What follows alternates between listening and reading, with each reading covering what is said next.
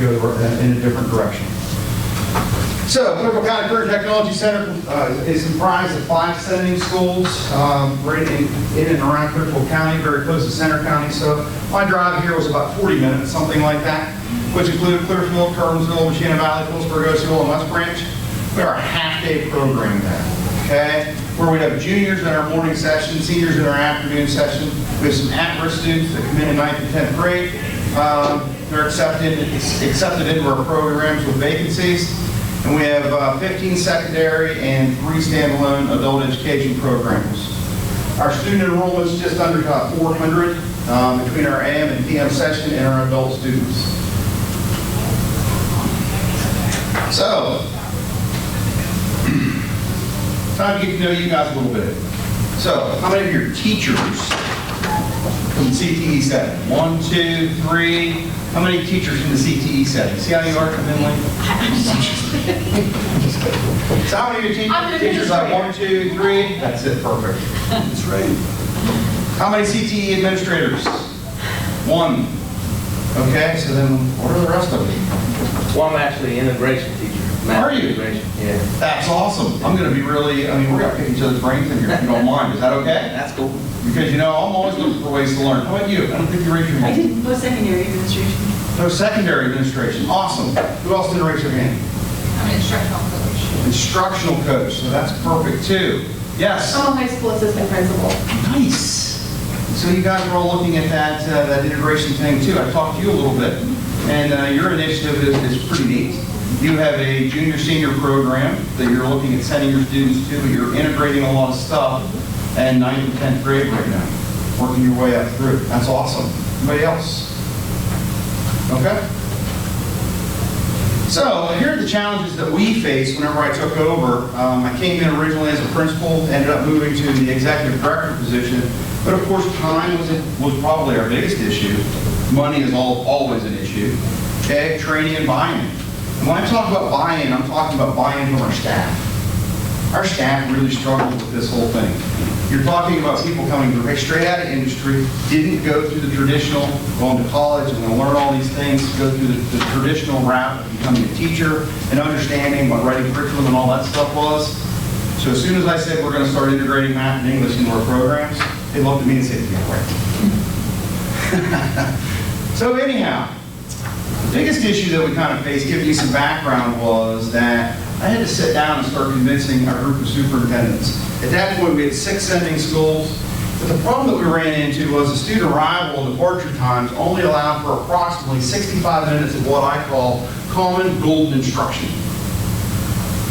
So we ended up with all these overlaps. So the students were there for almost 120 minutes during each session, but the times, they overlap, and the actual time that students were together, where you have all that perfect time, was really limited. So we ended up taking a look at how do we make those adjustments. Okay? Content area teachers didn't really collaborate or take the opportunity to cross over with other programs. The culture of the building was individual and not very team-oriented. Whether you're running into that situation, career in tech, with your teachers, Precision Machine never talks to health occupations. Ever. Okay? We changed that culture. Students were lacking extended teamwork sessions, and common lecture discussion was definitely limited. Okay?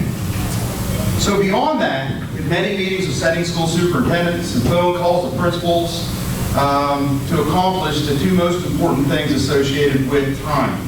We wanted to increase the golden instruction time, that time when every student was in the classroom, and we also wanted to make sure that we had a collaboration period for professional development. It was the only way that we were going to start integrating math and English into our programs. How many of you have collaboration time built into your days? A couple. Good. That's awesome. So now I get to pick your brain a little bit. So the collaboration times, how do you use your collaboration times? Anyone want to share? You think it's efficient? I think so. You know what? Before I go teach a lesson with the program teacher, our model's supposed to be, I go in and co-plan a week before or something like that. Nice. Yeah. So how many instructors are there in your building? Well, Pittsburgh, we're spread, our programs are spread throughout all the different high schools Okay. in the city. Okay.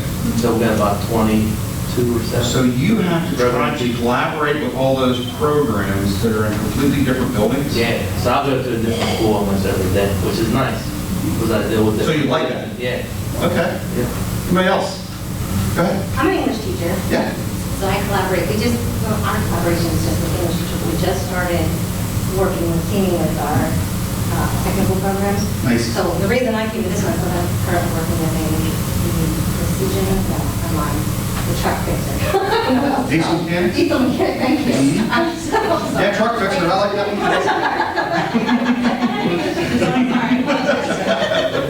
But we've been really successful, so we formed our own collaboration with our school, kind of gives us the flexibility to collaborate. We have it twice a month, I think. Mm. So it's not a lot of collaboration, but we start planning, having a common friend.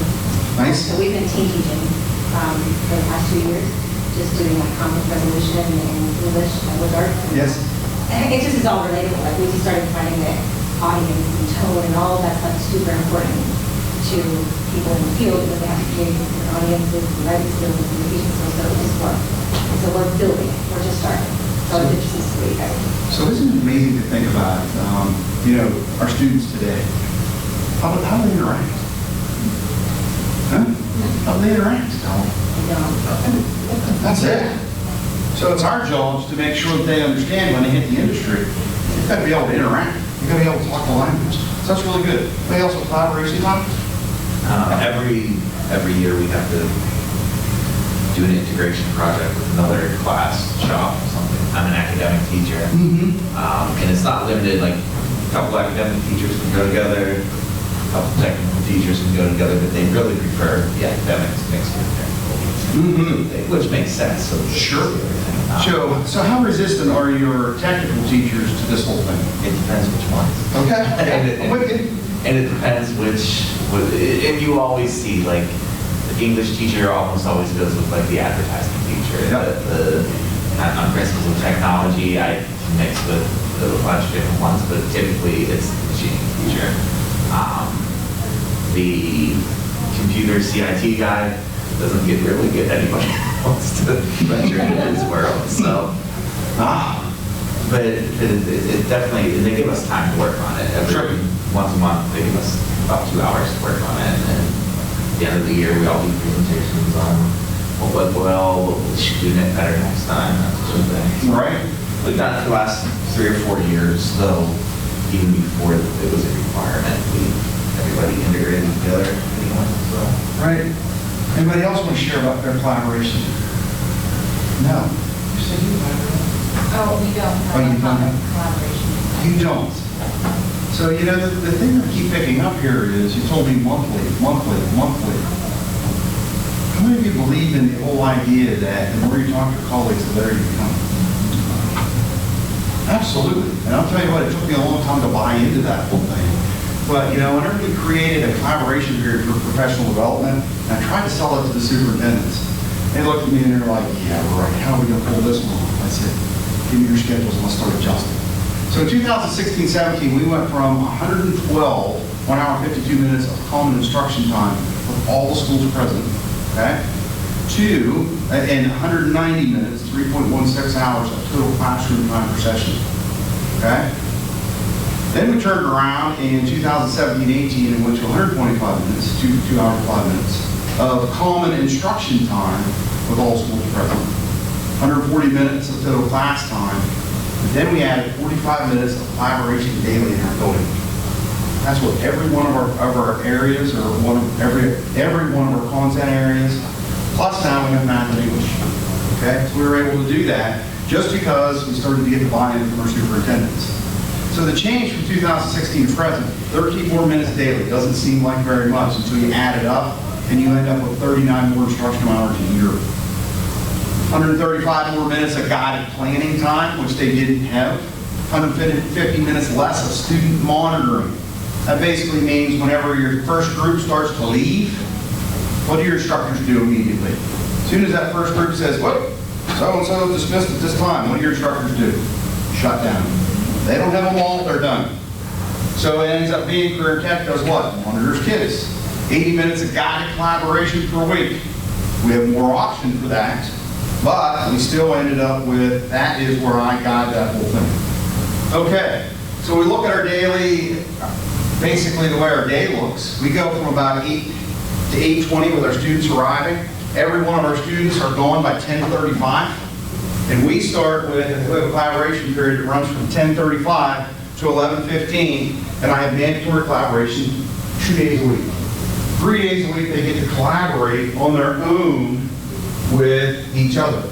So what happens with that whole thing is, they started with that whole mentality of, I'm on an island by myself, to I see them together all the time. I go out on walks when I don't have mandatory collaboration, and they're talking with one another. I'm starting to see projects that are integrated. Just because we created the opportunity. Now, I won't lie to you, it wasn't without a fight. Okay? So the challenges that we faced and the ideas that we had, time was our biggest obstacle. We made that happen. Money, once the superintendents bought in, that part was easy. They finally said, listen, we're going to cut a little bit here, move a little bit there. We're going to make this work. Formal collaboration 2 times per week. We use it for professional development, which our teachers are now leading by themselves. Buy-in was the next big thing that we had to face. So, of course, you know, you're going to see a little bit of sarcasm in all this stuff and the things that we fought. The buy-in. The instructors just love the idea of less monitoring time.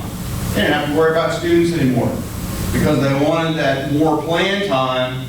Yes, that's what we need, more plan time, less time without kids. Collaboration wasn't even a word they knew. So when I said we're going to form a collaboration, when I started it on that first year, I said, it's mandatory. We're doing it every day, every week. You want to talk about not happy with me? They fought and fought and fought and fought and fought until I finally looked at them and said, okay, we're going to sit down and have a round table here. We'll do 2 periods of mandatory collaboration a week if you participate. I'll give you the other 3 to work with your colleagues. That's the move we made. Okay? It gives them an opportunity to work through that. All instructors were great in their content areas, but then they have a math teacher that comes in and does a push-in where they're supposed to be co-teaching. So what every one of those content teachers do, perfect time to grade papers. So the co-teaching thing went right out the window. Okay? So let's just say I had a battle on my hands with the whole start of that. You're probably thinking, where's he getting to with all this stuff? Yes, I promise I'm getting there. So integrate math into each program through team teaching. Now we have a math teacher, we have a student aide that travels with the math teacher, and our program area teacher. So we have 3 people in every classroom doing integrated math with every subject area. Now they only get to do it once a week, unfortunately, for 45 minutes for AM and PM sessions. Okay? We ended up hiring an English language arts teacher so that we could do the same thing. So we have somebody that's standalone that does that. Review and rewrite curriculum. That was a big piece that needed to happen. Everybody went off the task list. There wasn't any kind of standardized written curriculum or any of that stuff. Needed to audit our task list. We're covering everything. I can tell you that had the biggest impact on our Nocky scores. Just going down through and making sure that we were covering everything on our task list. Integrate academic crosswalks, academic standards. Maybe on that webpage. I'm going to check that out regularly. I'm going to get confused by that. Me. As soon as I look at it, I'm like, seriously, what am I doing with all this? Okay? Align the Nocky standards to content. That was another huge one. As soon as we started going down through, pulling apart Nocky materials and aligning that to content, started to make a huge difference on what teachers were teaching and how they were teaching it related to what Nocky scores were. You know, when I first started coming up through, I had old teachers, I shouldn't say that, older teachers than me, that basically said, well, you're just teaching to the test. Well, if that's how they're going to assess us in the state, why would we not do that? That was the thing that just drove me crazy. They bought into that. So now, here's what happens. So now I want you to get this, this tune in your head.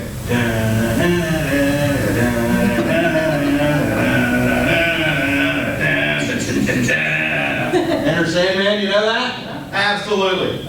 So the next thing you know, I was like, I got all this stuff, I've got it all lined up, Now I've got to prove to the superintendents, how are we going to make this happen? So it just so happened at that point I got moved to the director position. I was getting ready to hire a principal.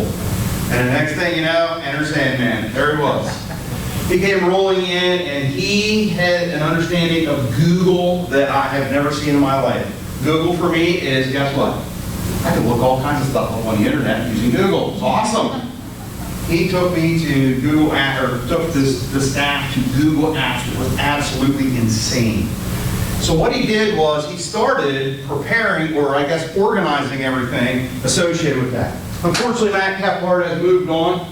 He has aspirations to be a superintendent now, and is working his way right up the ladder and will be there very soon. There's no doubt in my mind. But what he brought to our staff was just absolutely incredible. So what I want to do now is just talk a little bit about where we are at as far as how our programs work. And please, if you have any questions about any of this stuff and you're looking for it, it's all wide open. It's on our webpage, so don't be afraid to look it up. So anyhow, CCCTC programs. I'm just going to go down here and pick one. Whoop.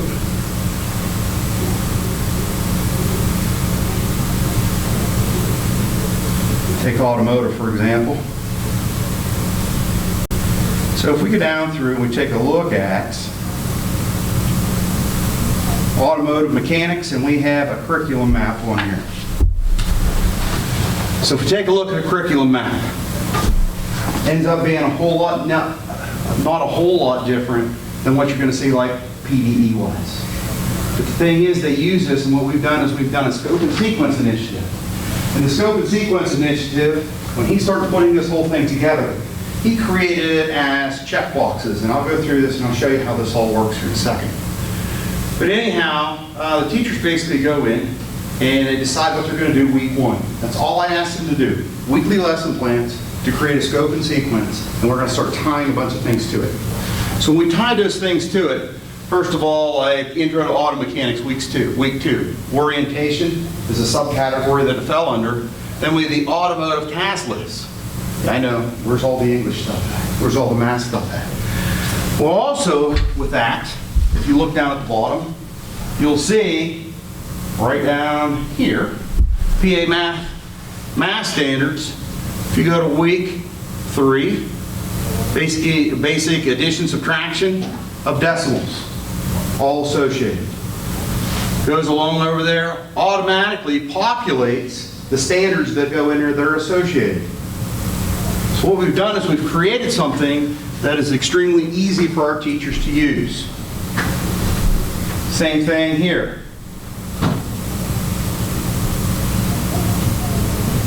With English and language arts. We are starting to add some other things with this. Extended opportunities. Come on, there we go. So what's happening is we have an opportunity now for pre-teaching, for remedial teaching, and those type of things based on what's there. So if you look, YouTube videos are starting to be populated in there. All kinds of different things are starting to be added so that the kids can get on and actually look at these things.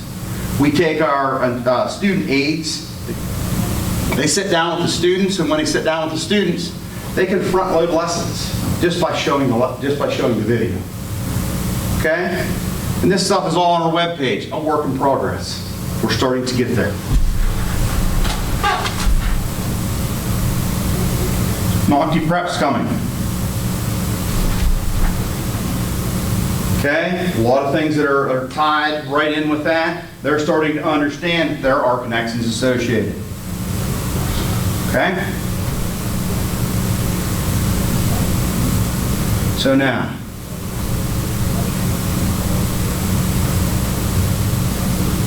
so I take a look at this. This is something else that he created. So obviously you can tell that who's the one that should have been presenting all this? Sam. The guy that decided to leave me, Sandman. That's exactly right. So all these ideas that were floating around in my head, I said to him, we need to find a way to organize all this, and that's exactly what he did.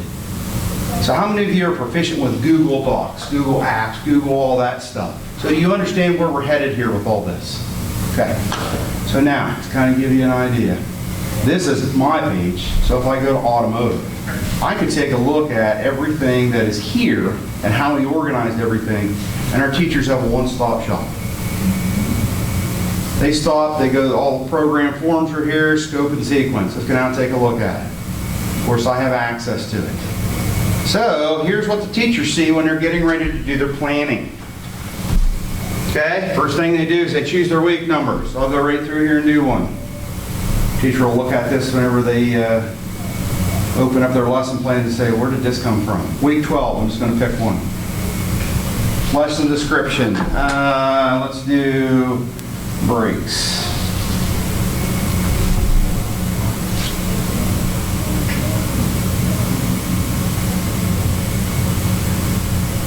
So now I look at it and I think, okay, what task group am I going to be associated with?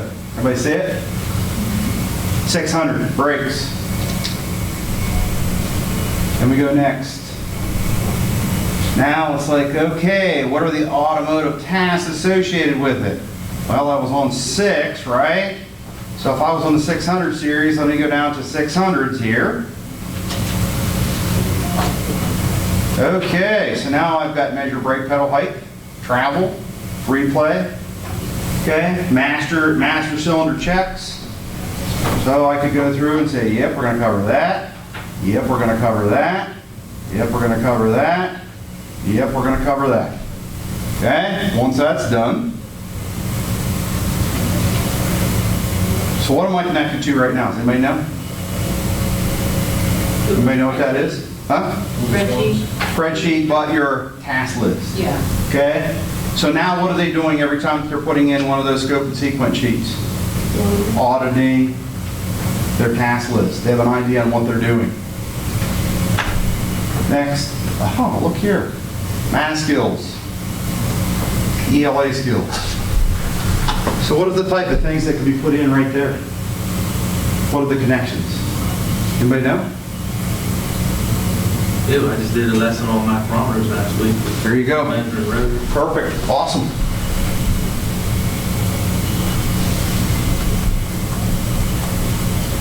Okay. English language arts. What do we put in there? Oh, come on. Describing what's wrong. There you go.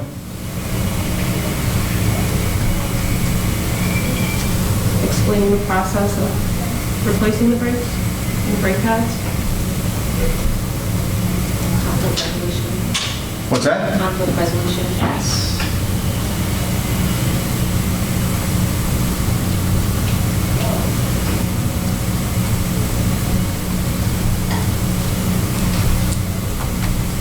Whoop.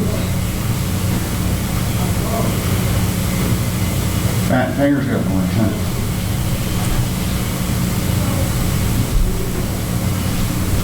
So now, if I take a look at it, I can go back in. What week did I make that? You remember? 12. Thank you. Whoop.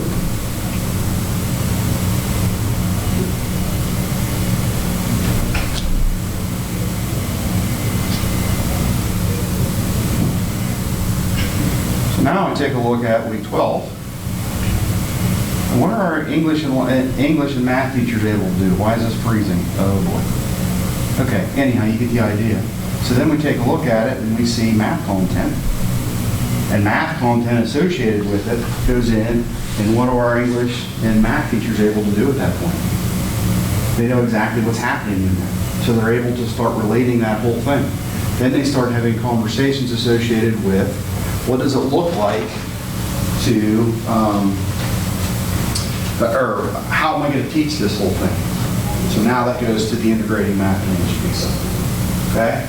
So that's how we do just to organize, to get people moving in the right direction. There's been a lot of legwork that goes into that, but we're getting closer. Okay?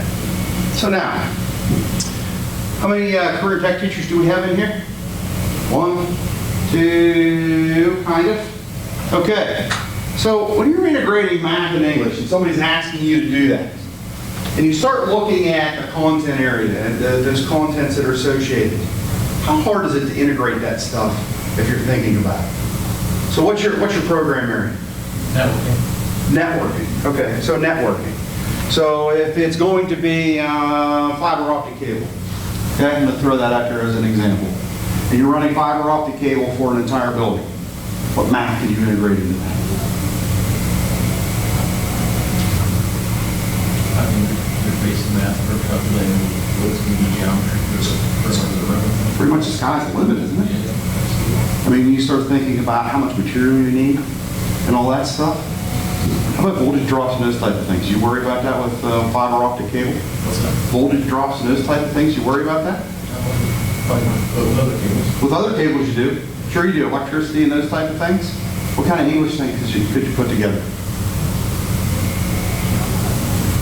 Could you be asking your students to do regularly? Project proposals, I guess. Project proposal? What do they do in the real world? Huh? Emails and invoices and things like that. There you go. There you go. How do we get our teachers to start thinking about that stuff? Because they're so worried about the end result of how do we take material and we get kids to understand how to do something, but are they actually connecting with all the pieces that are there? It isn't that difficult. It really isn't. But our teachers don't think that way. They think about, I need to worry about terminating cables. I need to worry about how much cable I need. What are the other parts that we need to have? But how easy is it to end up turning around and going through that whole process? It's not hard. It really isn't. It's about making them think that way. Okay? Questions? Yes? Just more of a comment. I have an instructional coach at a career and technical education center, and our teachers are doing numeracy, literacy all the time. Good. They don't call it that, and they don't acknowledge that. They don't know There that it they're is. doing it. There it is. Yeah.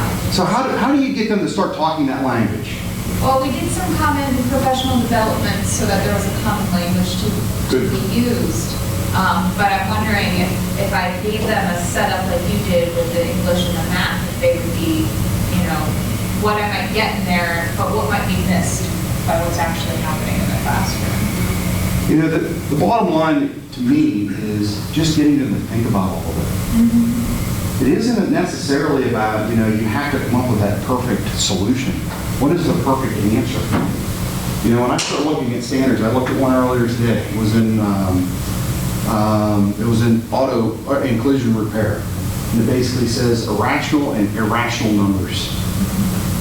So as a math person, you look at it and say, yeah, I know what irrational and irrational numbers are. But as a career tech person, what do they see? I have no idea what the hell this means. Huh? Seriously? Am I wrong? You know, I remember whenever I was a high school student, I took geometry. And I think about taking geometry and I'm like, this is awful. Why in the world do I need to learn all this stuff? What is it? Theorems and postulates and all that stuff. Whatever it is with geometry, you had to learn all that stuff. And the next thing you know, I'm like, this is ridiculous. Struggled until I took my first carpentry class. We've got such an advantage in career technical education. It is insane when I think about it. The opportunities that exist are just crazy. So what I want you to do is, I want you to take about 5 minutes here and I want you to think about something. I want you to think about any program that you have. I want you to think about what could you add, English-wise and math-wise, and have your teachers understand how they could go about teaching that. Can you do that for me? Flip your paper over, give me 5 minutes, pick a project, career area, and think about a math and an English-related one share. Everyone? I have a bunch. All right, go ahead. Let's hear it. These are what we focused on. We did learning your audience. We did writing to your employee, writing to your customer, writing to the service writer, writing to your boss. Nice. Just different audiences and the appropriate ways to write. Okay. For your audience, we did a before, during, and after read strategy to implement. We implemented that in the classroom to learn the online manual for the diesel tech shop area so that they could learn how to use the manual. So we just incorporated all the reading strategies that we use in the English classroom. That we applied that. We did scenarios, problem solution scenarios, the appropriate way to use tone, in their responses, Mhm. and conflict resolution, summarize and process writing. Good, that's awesome. What else? Go ahead. Me? Yeah. All right. In carpentry, they got to do the square layout for knocking. There you go. So maybe for the English piece, what are the steps? Because maybe we let them use 2 kids to do the square layout at a time. Was one of them got maybe hold the line for chalk or Yeah. the measuring tape. And so where to start, the steps could be the English part, the math involved, square, what happens if it comes out to be all the sides are the same. This happened in one of our schools. And I asked the kids, why is the diagonals a little bit different, but all the sides are the same? Mhm. What do we got here? Is it a square? It was a rhombus, but no one could figure out that. That was a good teaching point there that we come across. But the math involved there is a lot in the square layout. As much practice as we did the last couple of years. Last year was one of our best years. So when you start looking at that, Pythagorean theorem, I mean, there's a lot of things that can be put in here. You're talking about square, understanding 90 degrees, understanding the geometry and trigonometry associated with all that stuff. You tell a kid they're going to trigonometry, they look at it and say, yeah, right on. Trigonometry, I'm one of the 35% that's in here that's learning support. Yeah, right. Now, it's not applying the whole thing. So how do you get teachers to buy into that? How do you get a trained person to buy into what you just said? And get them to do it when you're not in the classroom?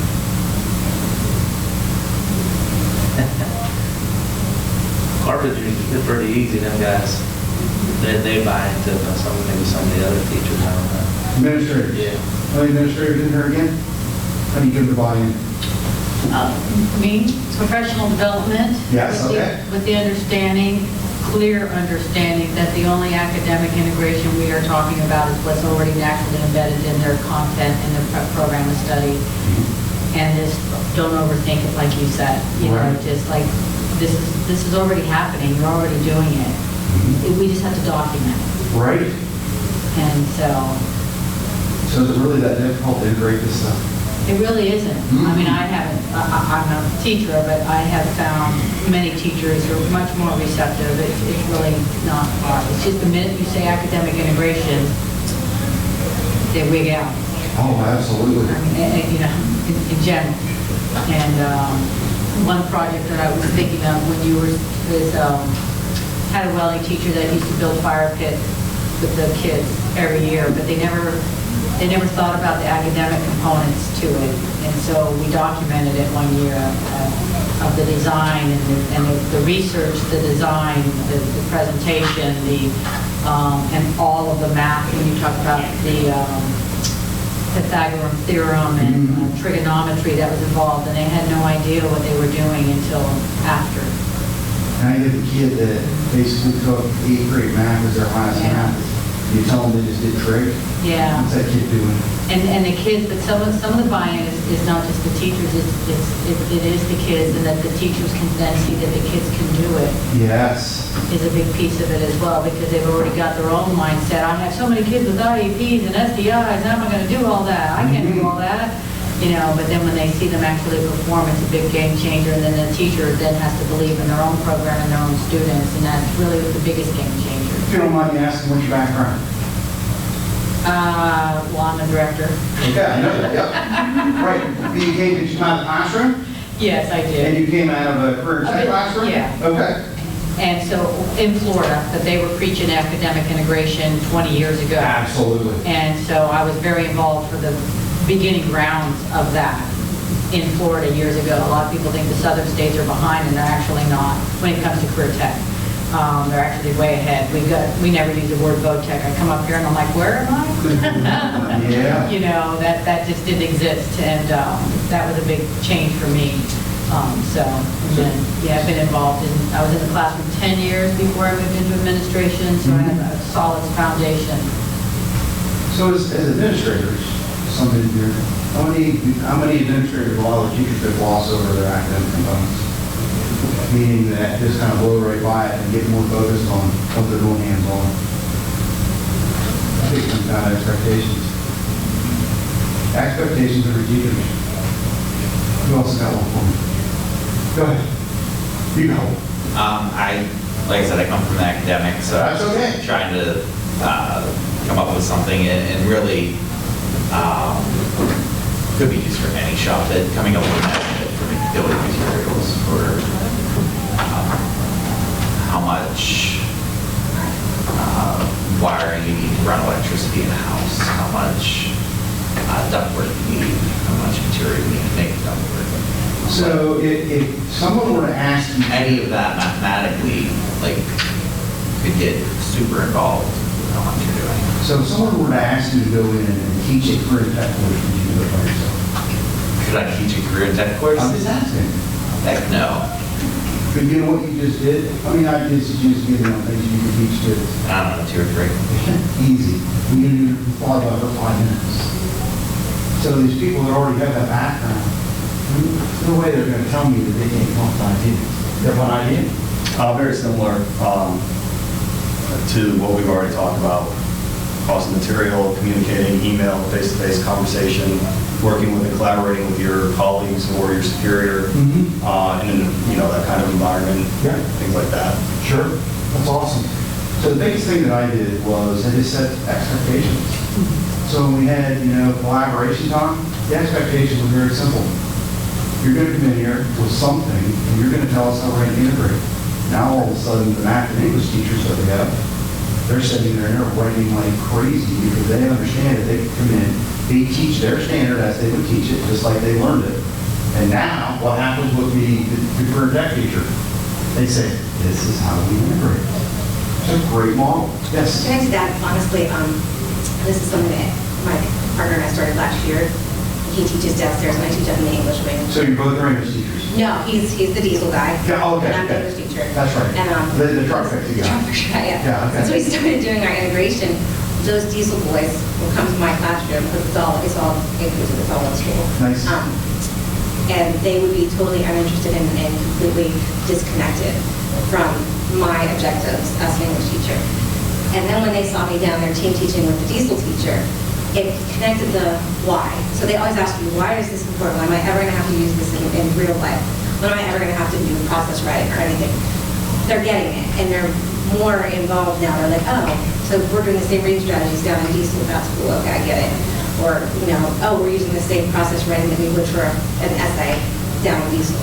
So it's just giving them that why, so they're more motivated in my class, and they're more motivated in his class to do the work, and it just works. It's just a really cool circle to see them actually make the connections, like, oh, that's why. Yes, I am going to have to do this in the real world. I understand why reading and writing is important now in communication. So it's been a really, I don't know, it's been a really cool thing to start to do. So we want to keep going and keep doing more and get our colleagues to do more buy-in. So we did a professional development on it this year at the beginning of our school year. How did it work?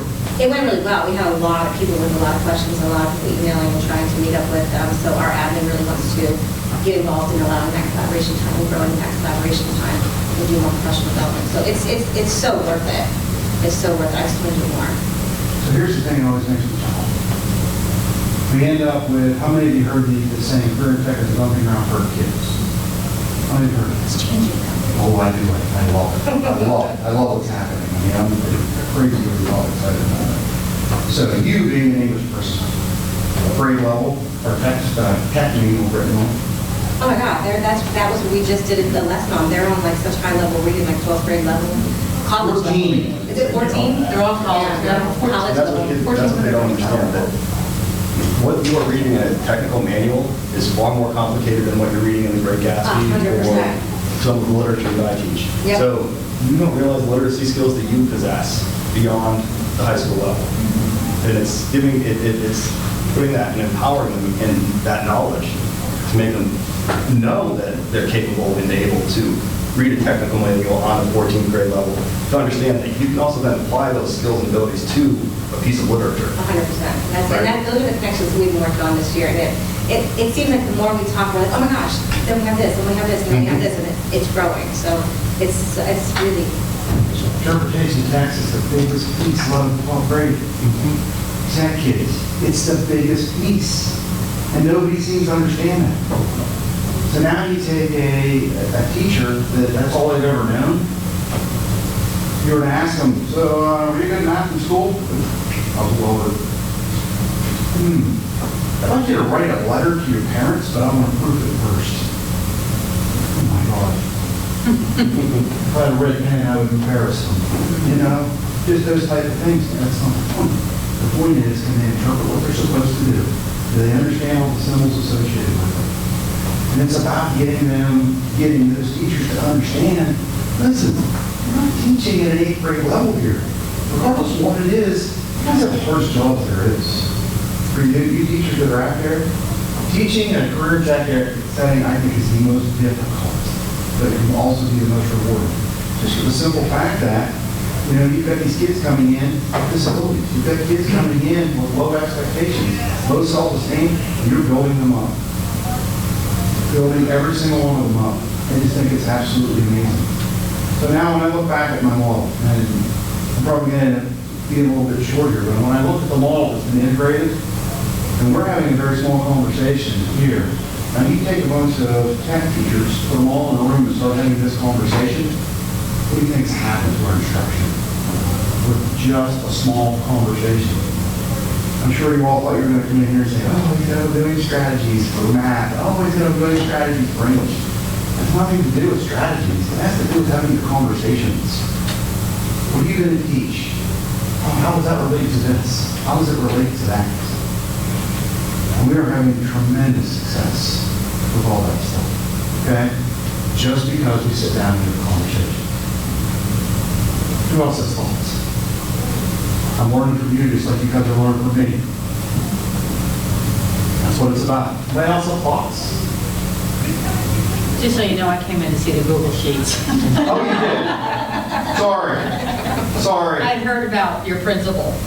Oh, amazing. Amazing. Hopefully that gave you an idea on how it is. I'll run through it with you. Really detailed. I know not every school is a Google school. Depends on what you do, Google Suite. You know, like if I put together a PowerPoint. I gave you ideas and he organized it all. I was like, that's incredible. Incredible. So yes, I'll gladly go through that if you want to. But I mean, it's all good, you know, conversation about integration because it still needs to happen. It still needs to be documented. Right. Do you have a math and English person like myself, or they just teach like an algebra class at your CTC? No, that every program that we have, math and English, is all integrated. So they're pushing for every class. So we have a schedule that's set up. Like if they're going over Ohm's law and like if they're heating air conditioning or whatever, that teacher goes in and goes over. So the math teacher will come in, will teach fractions, how to solve problems, those type of things that are associated. Then all of a sudden the math electrical teacher walks in and says, listen guys, guys and girls, we've been talking about Ohm's law for how long? What is this? Light bulb for everyone. That model has worked extremely well. Now we've got an English teacher. She's running around here somewhere. She's so excited, and it's awesome. 23 years old, and they just created their own newsletter. So she just put prompts up on the board that basically said, tell us what CTE means to you. And every kid had to do it as an article. A little article she put together in a newsletter. It's on our webpage. And those kids are so proud of that stuff. It's just little things that they're talking about. You know, step-by-step instructions. How do you go through a journal? How do you create estimates? How do you do? Sky's the limit. So when we hear career tech teachers that say that they can't integrate math and English, I'm buying that with my honest penny. No way. No way. Any other thoughts? Well, thank you. Appreciate it. Do you have anything specific? Again, I'm ready for going through technology. That's your job.